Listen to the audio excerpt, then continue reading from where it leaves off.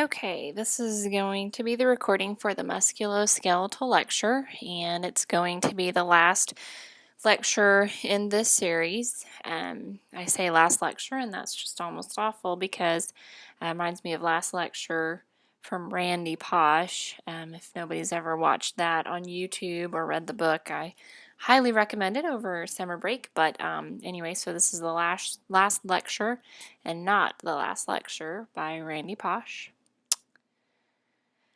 We are going to be talking about the musculoskeletal system. And just remember the musculoskeletal system, hopefully this will be the easiest unit that we do, is composed of voluntary muscle and 5 types of connective tissues, which are bones, cartilage, ligaments, tendons, and fascia.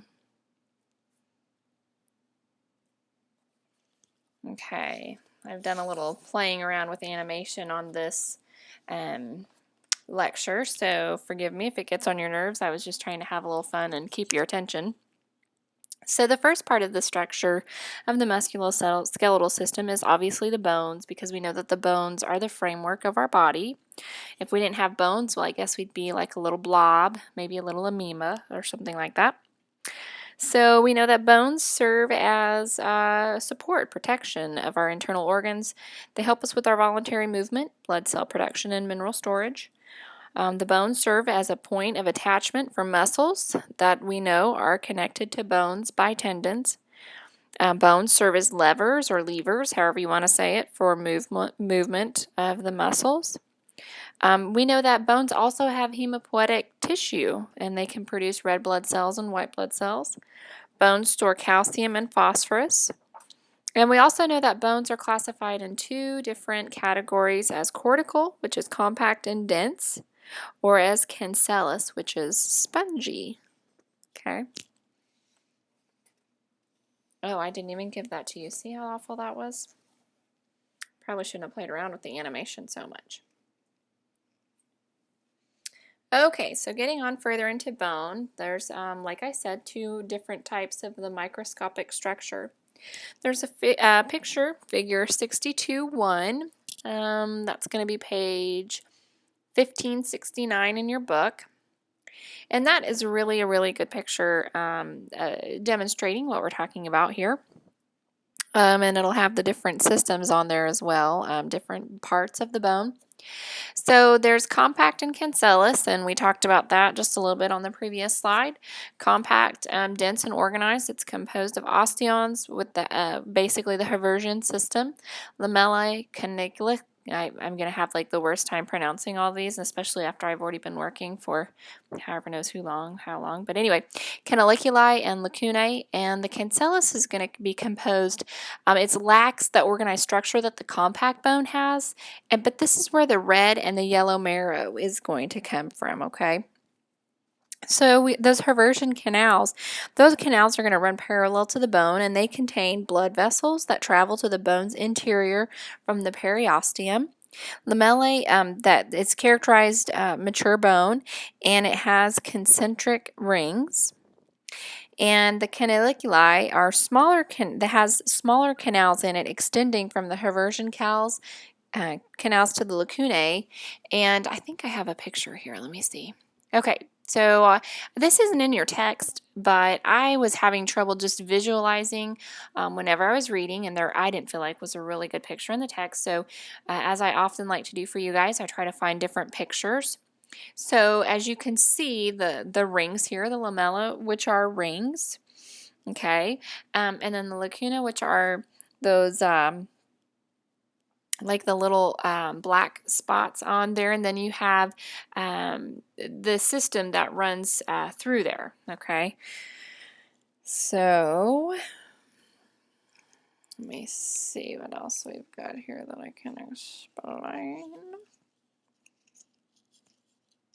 Okay, so the microscopic structure, continuing on, there's 3 types of bone cells. We're going to get even further down. So the previous slide was more about the structure of the bone, and now we're going to actually get into the different bone cells. We know that there's 3 types. There's osteoblasts. Those are the bone-forming cells. And we know that the inner layer of bone is composed primarily of osteoblasts. The osteocytes are mature bone cells, and the osteoclasts are going to be the cells that basically break down the bone. Okay, so when we look at, now we're going to come out, we were kind of like in the middle explaining how the bone is formed. And now then we went in a little bit deeper into the specific cells that are there. And now we're going to come all the way out and we're going to look at the gross structure of the bone. This again, I'm going to refer you back to figure 62-1. It's on page 1569. And this is the gross structure, okay? So this is important because there are certain parts of the bone that are going to disappear as a person ages. There are certain parts of the bone that are really, really important if they happen to have an injury occurring in that area when the person is in their still growing. There are certain parts of the bone that if it breaks, you may be concerned that person may be having a little embolus release into their system. So you may be concerned that they'll have issues with that. So essentially, you kind of want to know the parts of the bones and then understand so that way if there's an injury to the bone, you can predict maybe what you need to be doing for that patient or what you need to be looking out for with them. So the epiphysis is the widened area at the end of each long bone, and we know that it's primarily composed of cancellous bone. And that's also the location of muscle attachment. But what makes it very, very important is it contains, well, I'll also tell you, it's covered by the articular cartilage to make a smooth surface for joint movement. Think of maybe, if anybody, it's probably been a long time for everybody, but maybe if you go, well, snow skiing is a good example.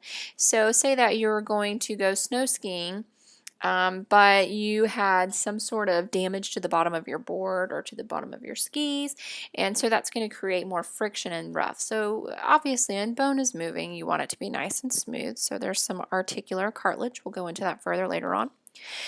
But we also know that metaphysis or metaphysis is cancellous bone, basically. That's the flared area between the epiphysis and the diaphysis. And I skipped right over that diaphysis. That's the main shaft of that bone, and that houses the medullary cavity, okay? And we know that that medullary cavity contains red or yellow bone marrow. As a child, it has red bone marrow that participates in hematopoiesis, and the adult has yellow bone marrow there, okay? The very important part of the bone, especially for a child, is the epiphyseal plate, because that's known as the growth zone. That's the area between the epiphysis and the metaphysis. It actively produces bone that allows for longitudinal growth, so for someone to obviously get taller. Okay, and this occurs in children. Now in adult, the metaphysis and the epiphysis become joined and it hardens and it becomes really hard, mature bone. But until that time, that's a very important area, because if there happens to be an injury or fracture in that spot, that can cause damage enough to where there can be a difference. Say someone breaks their left femur. That can cause a difference in the length of the leg, okay? So if someone had a damage to their epiphyseal plate when they were a child, that's something that you want to note in your assessment, because you might potentially see a length difference in somebody's leg. We'll go even further on that. So say that someone was trying to walk with a leg that one leg was a little bit longer than the other leg, or maybe even significantly longer. So just imagine how much problem with mobilization or mobility that can cause potentially. Okay, so just keep that in the back of your mind. Their gait may be abnormal, obviously. Okay, so I threw this picture in there because I just wanted to re-emphasize the different parts of the bone and give you guys a really good picture here. Okay, this comes straight out of your book. That's that figure 62-1. Okay, So there's different types of bones. We know that. We know that our skeleton, which provides structure and anchoring for muscles and all of that other good stuff, protection, consists of 206 bones, and they're classified as long, short, flat, or irregular. And for some reason, I guess I was just a little bit neglectful of those irregular bones, so I left that off of the slide. But the long bones, like I've written here, have the central shaft and the two widened ends, and some examples of that are going to be your femur, humerus, and the tibia. Shortened bones, examples of that will be carpals and tarsals, and where are those found? Fingers and toes.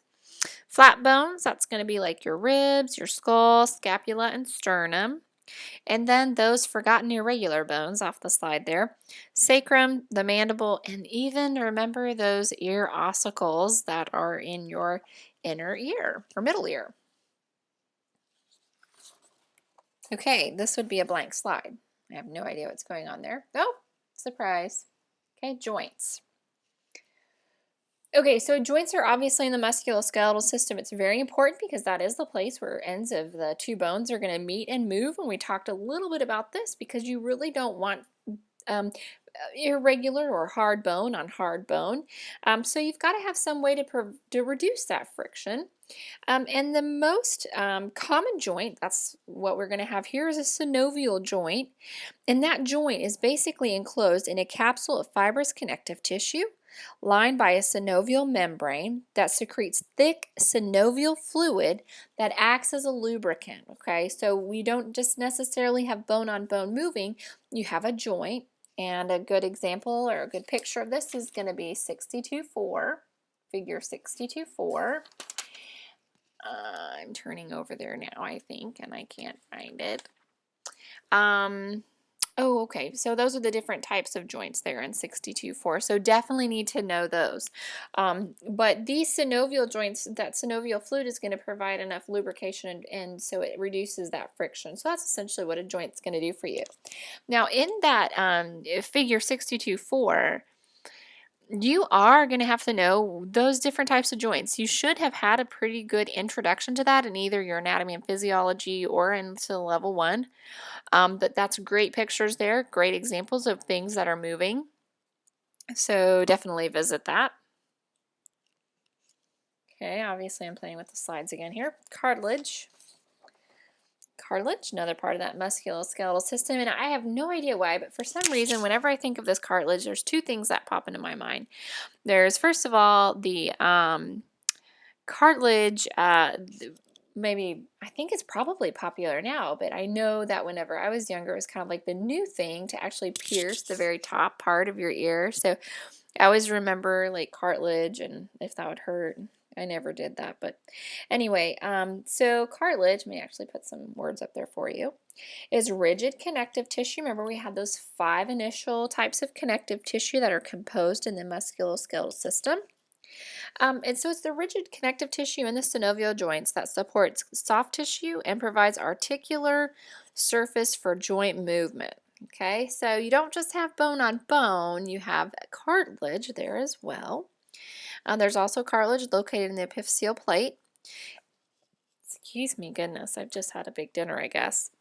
So there's 3 types.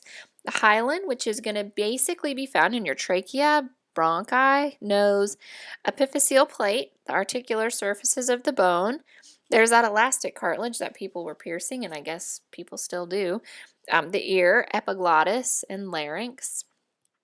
And then fibrous cartilage, that's tough. It's basically a shock absorber, and so that would be the bone, or I'm sorry, the cartilage that is located between those vertebral discs. That makes sense, right? Fibrous, it's going to be a shock absorber, so you kind of want it somewhere where you're going to experience a little bit more shock.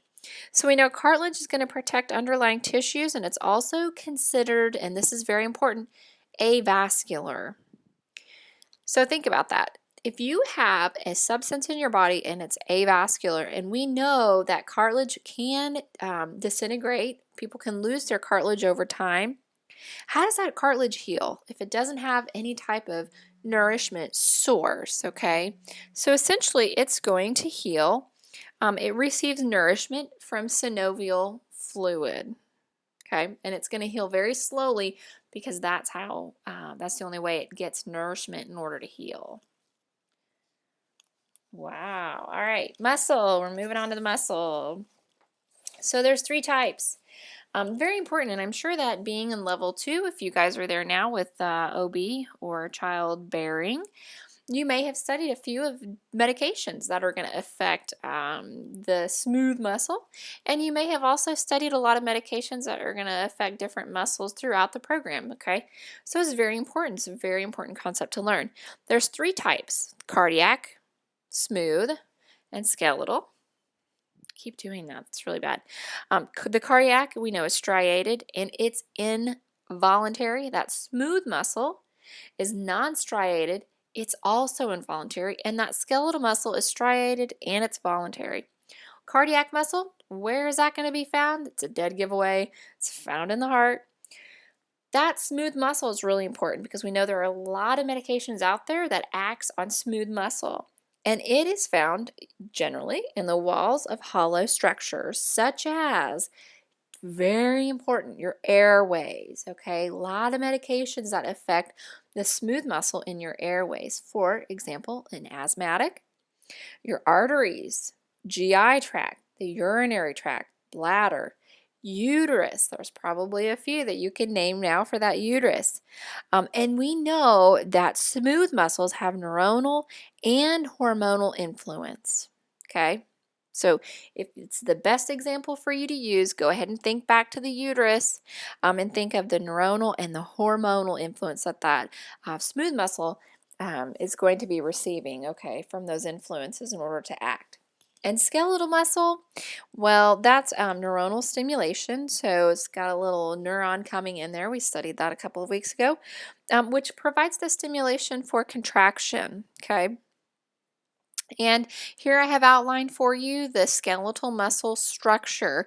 I think in the original PowerPoint that I posted online, I didn't have the skeletal muscle in the parentheses, but it is the skeletal muscle structure outlined for you, okay? These are just the different layers. I almost thought there was a picture of this, but I guess not. Let's see if I threw one in here. Nope. Okay, so the structural unit of the skeletal muscle, let's see, is a muscle fiber, which are long, multinucleated cylinders that have many mitochondria. Now, what is that mitochondria for? What is that always known as? It's known as the powerhouse of a cell. So that's where you're going to be able to have a lot of your support for high metabolic activity. A lot of mitochondria, okay? And the muscle fibers are made up of myofibrils that are made up of sarcomeres. And the sarcomeres contain thick and thin filaments, and I think I've got a good picture coming up for you. There's also one in your book, figure 62.5 on page 1572. And then I also have a picture coming up here of the different types of contractions. Let's see what we can find here. Okay, so there's the example of your muscle fiber, the sarcomere. And you'll see down below, you see the thick filaments and the thin filaments that are making up that muscle fiber or that cell, okay? All right, so here we have isometric contractions and a picture of isotonic contractions. Isotonic contractions, they shorten the muscle to produce movement, okay? So see the guy, he's pulling the weight. He's doing an active repetition exercise that's isotonic, that he's shortening the muscle in order to continue to produce movement, building up his muscle. And then there's isometric contractions where there's just increased tension within the muscle, but there's no movement produced. And if you could see, his hand is kind of, it looks to me like a barbed wire fence, but I don't think that would make much sense. But he's pulling on some sort of cord or a fiber there. So he's pulling in order to create strength, but it's not shortening that muscle. And the best way that I can make a real life example of this, and maybe if you don't do yoga, you're not going to know what it is, but someone holding a plank position. So for your biceps, that is an isometric contraction, okay? So two things are going to happen with the muscle in relation to building or decreasing in size. We know that muscle atrophy is going to occur in the absence of contraction. When you go to work in the ICU, if you've never paid attention, if you've never looked at this, it's really interesting to see. But a patient will actually have, if they have not moved their hands, so say they're on a ventilator, they're intubated for sure, and they're sedated, and they don't do a lot of moving around. So someone that's obviously completely out, and they've been out for at least a couple of days. Look at their hands. Pick up their hand. So pick up your hand right now. Look at your right hand, and you can see that the space between your thumb and your forefinger is very full. Now, if you look at a patient who has not moved their hand, that space starts to sink in. That's probably not the best example of atrophy in an area. However, that is exactly what happens. So you can do things to help them retain or maintain that muscle, such as we know that we can have passive range of motion. But you also think if any of you have broken your leg or had a cast on for a time, your muscle actually does start to atrophy. So in absence of contraction, that muscle will atrophy. Now, the flip side of that, I hope I have a good picture on here. Let's see. Hypertrophy. Okay, so increased muscular activity is going to build those muscles.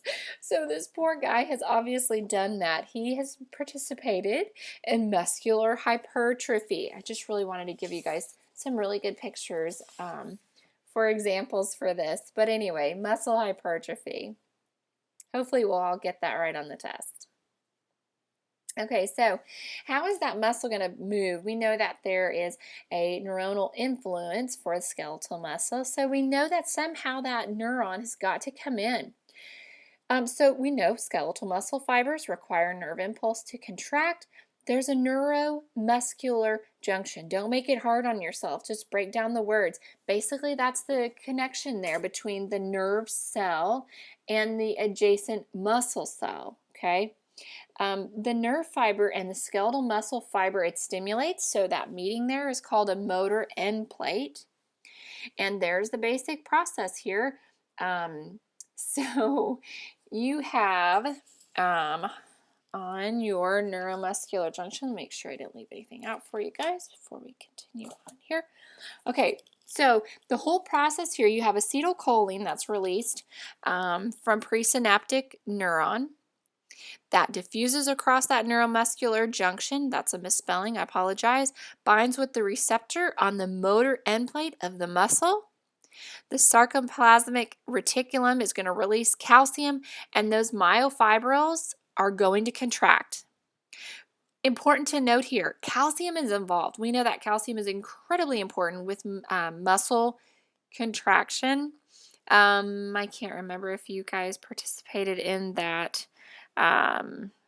simulation where I had the person who, I think that was you guys, who did need the calcium because remember she was the legs were cramping, and so you guys had to call and get an order from the physician, and that was one of the things that you needed to report to the physician, was that that patient was complaining of cramping. So if you have a low calcium, remember from level 1 from health assessment, tetany can occur, and there's ways that you assess that. Think back. How did you assess for a low calcium, or what weird things did you guys do in the lab that indicated a low calcium level, or maybe that your calcium was off, period? Remember, Shavastic and Trousseau, so the tapping on the face, okay? Just remember those weird things that you guys did to decrease or to test for a decreased calcium, okay? And then have that blood pressure cuff up and test and see if those muscles start to twitch, was the other one. So, Trousseau. Okay, so moving on. The energy source. So muscles, think about, I don't know if you guys participate in this, but remember, if any of you have watched the marathon, or if you watched, or maybe even you have run in a marathon or run in any type of race, you know that obviously your muscles are going to have some energy. Well, how does that happen? Okay. So there's a direct energy source for muscle fibers, and that's adenosine triphosphate. So is provided by phosphocreatinin and glycolysis. And the glycolysis is providing that ATP when there isn't enough oxygen for the metabolic needs of the muscle tissue. Okay, so that's how it's getting its energy source. Okay, ligaments and tendons, very important. We know that they are composed of dense fibrous connective tissue containing bundles of closely packed collagen fibers. There is poor blood supply, making repair after injury slow to these things. So if you've ever had anterior cruciate ligament repair, or you have ruptured a tendon, you know that it really does take a long time for that to repair. Tendons, those attach muscles to bones, and ligaments connect bones to bones, okay? I remember as a young girl, we were carving pumpkins, and I was so excited, and my hand was kind of goopy from scraping out the inside of that pumpkin, and it was just so exciting, and I had my hand wrapped around the knife, but what I didn't realize was my hand was, if it had slipped, would slip directly down the knife blade, and sure enough, it slipped, and I remember being scared, obviously, because I think I was 12, but fascinated that it didn't bleed. And so I had a huge cut on my pinky, but absolutely no blood. But sure enough, whenever I ran it under the water, it was extremely painful. So I had cut a tendon. It was very, very interesting. I'm sure it wasn't interesting to my parents, but it was very interesting. So fascia, another part here of the musculoskeletal system. There's layers of connective tissue with intermeshed fibers that can withstand limited stretching, allows muscles to glide over each other during contraction, and it provides strength. We know there's superficial fascia, and then there's also deep fascia. Okay. The next section is bursa. Those are basically small sacs of connective tissue that are lined with synovial membrane, and they contain synovial fluid. Bursa, you will hear people talk about bursitis. That means there's inflammation of that bursa sac. And so I always think of a knee. So remember, there's bony prominences. They're there to relieve pressure between the moving parts, okay? Bursa are found between patella and the skin, between the olecranon process of the elbow and the skin, between the head of the humerus and the acromion process of the scapula. So there are bursa sacs pretty much all over. I guess we can't say it's limited to one space. Obviously, it's going to be in the musculoskeletal system, but you can have inflammation of these different sacs. It can be quite painful, okay? Bursitis. On to our gerontological considerations. There are a plethora of effects that you're going to see here with musculoskeletal system. I would strongly encourage you to visit table 62.1. I'm turning there now as I can. It's on page 1573. There's a lot. Just try to picture in your mind someone. We know that there's so many different effects that are going to start to take place. And essentially, you're going to have decreased range of motion, decreased ability to perform ADLs. But that's not always the norm. I mean, I'm going to tell you in my yoga class, I would say that, of course, I haven't been in forever, but I would say that over 50% of the class is above the age of 65 or 70. And those people, I'm always so impressed because that population in that class is incredibly impressive. They can do the same things that I do. So it's not always the case for these things to happen. I think 60 Minutes a couple of weeks ago had a really good story on preserving or building up an older person's strength and balance in order to prevent falls. So there is more research on this. There is a little bit more interest in that community on the way of prevention. So I would definitely encourage it, okay? But things that are going to happen and patients don't take proactive measures, that is going to decrease your patient's balance. There are going to be changes there. There are physiological altered bone remodeling processes that are going to take place, okay? There's increased bone resorption and decreased bone formation, okay? Muscle mass and the strength is going to decrease. Those tendons and ligaments we just talked about are going to become less flexible. Proprioception. Remember, we talked about proprioception in level 1. That's basically where your body is in the space that it occupies. That can be off, and it can increase the risk for falls, all due to changes in the musculoskeletal system, okay? Decreases of strength, altered proprioception, altered balance. All of those can lead to increased risk for falls. Maybe you have someone who's in chronic pain. They become immobile. They take pain medications.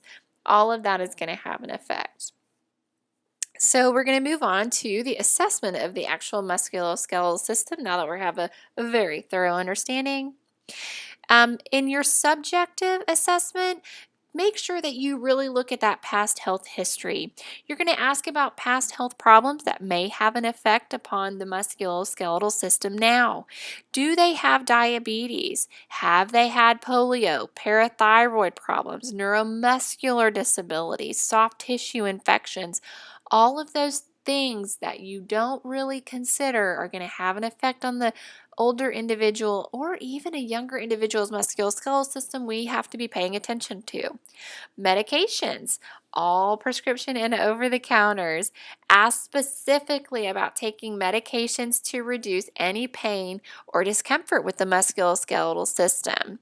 Opioids, NSAIDs, corticosteroids, and then ask about those meds that may have a negative effect on the musculoskeletal system. Okay? Maybe one of those drugs that has an effect on bones.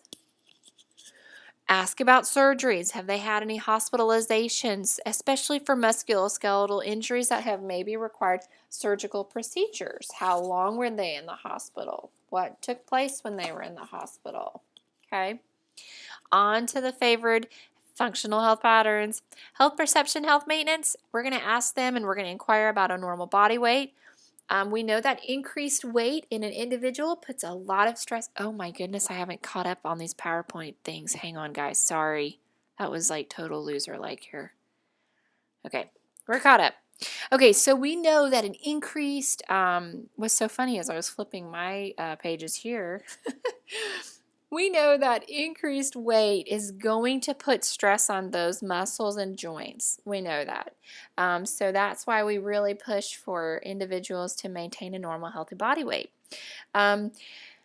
Proper body mechanics. I always tease the brand new nursing students, and I always look at them and say, your body is your money maker. You got to take care of it. But your patients too. That's their money maker potentially. So ask them if they use proper body mechanics. Ask about vaccinations. Do they have a family history of arthritis, lupus, gout, polio? All those things we want to make sure that we ask about as well. Maybe not the polio. We're there. Okay, nutritional metabolic. Well, common sense tells us that it's extremely important for us to have the right amount of nutrients in our body in order to maintain our musculoskeletal system. We talked a little bit about calcium already. We know protein has to be in our system in order to maintain our muscle mass and to also build bones. We know that strong muscles maintain strong bones. And in order to have strong bones, we've got to have some vitamins in there as well. So we know all of that comes together for strong bones, strong muscles, strong ligaments, tendons, for a healthy musculoskeletal system. That's why we want you guys to take care of yourselves so that you can model good behaviors for your patients. Elimination. Ask them about their mobility. Are they mobile enough to be able to reach the toilet? Okay. Is that affected by their musculoskeletal system? Activity, exercise. Do they participate in activities? Do they participate in exercise? Is it regular? What type, frequency, how long of an activity do they participate in? Do they have any types of limitations? Okay, what are the reasons for that? Sleep, rest. Well, do they have discomfort with their musculoskeletal system to the point where that interferes with their sleep pattern? Cognitive, perceptual. Do they have pain related to their musculoskeletal problems? How do they treat that pain at home? How is it managed? Self-perception, self-concept. Musculoskeletal problems can lead to deformities. So we're going to assess for that and ask how that is addressed. What are their coping mechanisms, which we're bleeding into coping and stress that they use to effectively deal with those changes. Role relationship. Pain and impaired mobility can lead to changes in roles. That's obvious. How do they handle that? How have they adapted to that? Sexuality. Pain can affect with sexual satisfaction. So you want to assess for this, obviously, in a very sensitive manner. Coping stress tolerance, I bled into that one just a little bit already, but changes in the musculoskeletal system can prompt changes in coping mechanisms. So we have to be aware of ineffective coping skills, address that, and offer assistance to that patient or family. Value and belief, are there any cultural and religious beliefs that they are participating in that may potentially hinder what progress or what treatment is given to them by their physician? Maybe there's something that we need to recognize that's going to assist them in getting better. So we need to make sure that we are addressing that as well. All right, so put your level 1 health assessment cap back on. Inspection, you want to use a systematic approach. Essentially, I know that we advertise functional health patterns. That is a great way to organize data on paper, but I always think for myself, it's a great way to look head to toe for somebody. However you're doing it, it needs to be a systematic approach.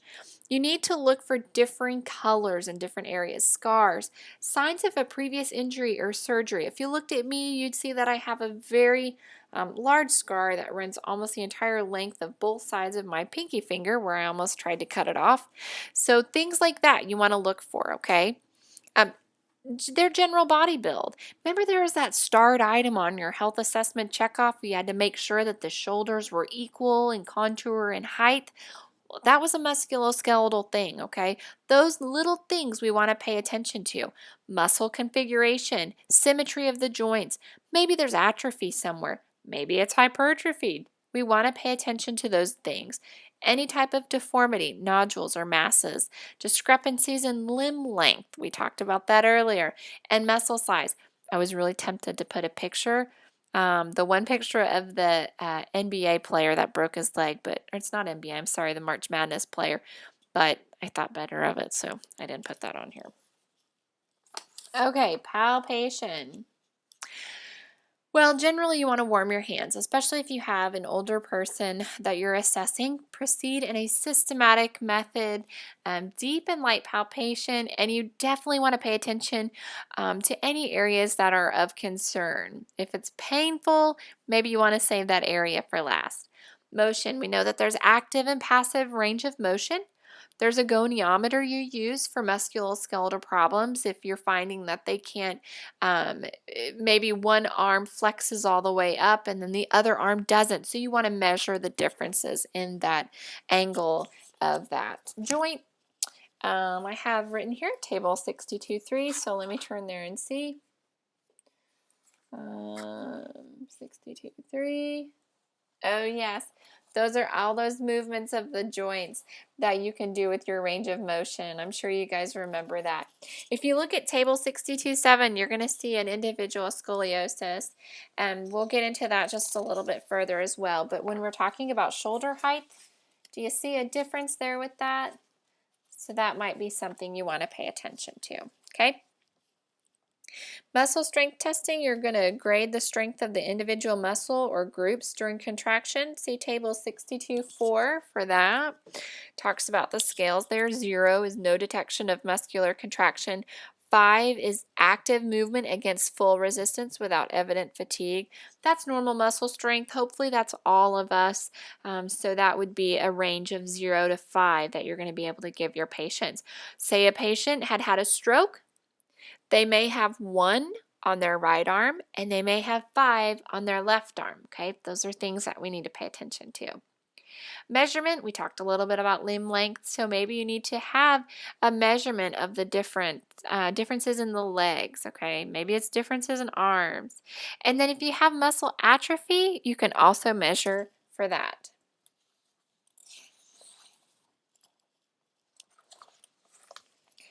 Assistive devices, ask the client if they're using anything like a cane, a walker, anything that they might be using. You want to make sure too that they demonstrate their use and that they're using it appropriately.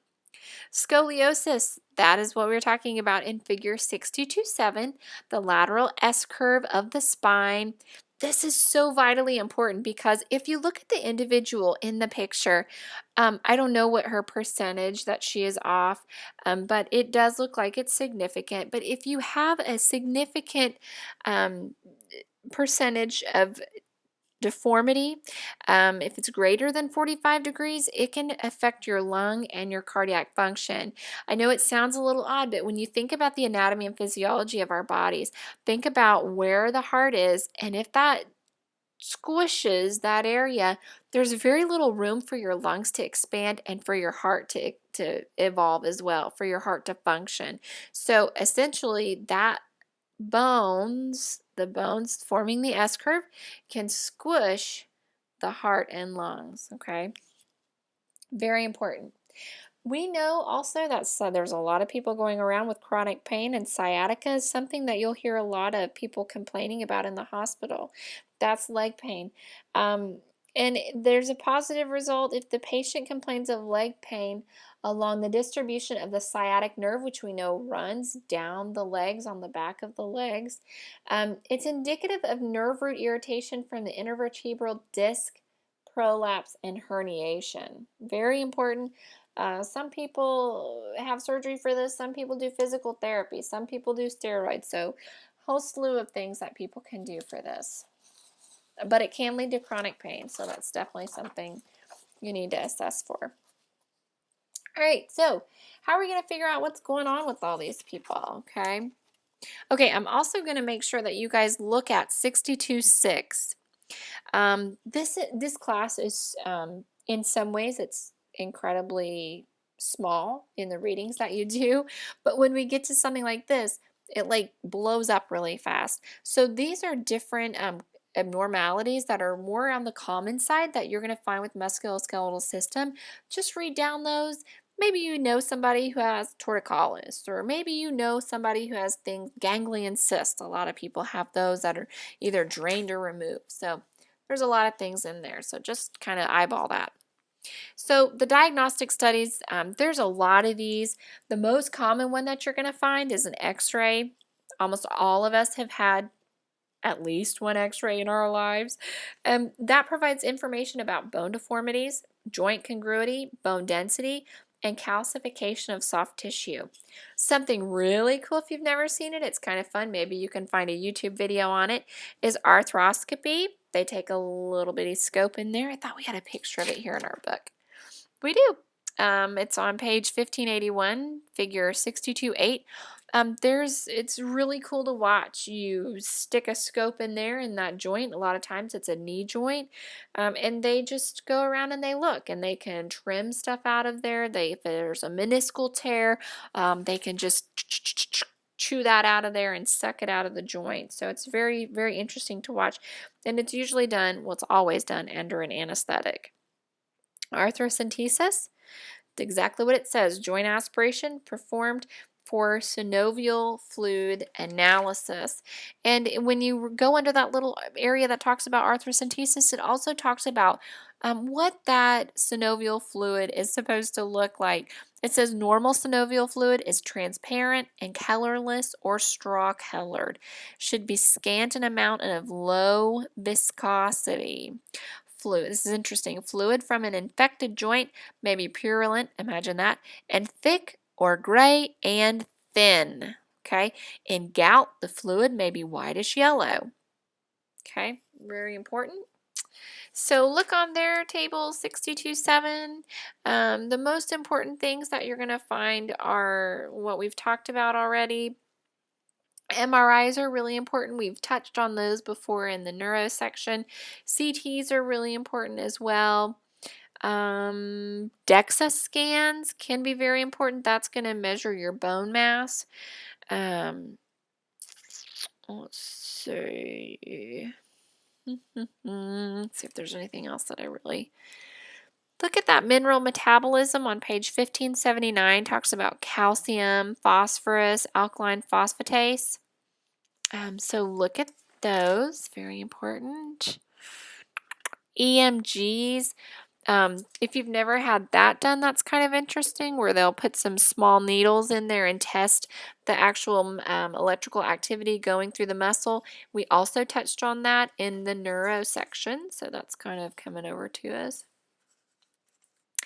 C-reactive protein, you'll see that further on. Hopefully you guys will get into that whenever you are studying sepsis in level 3 or level 4.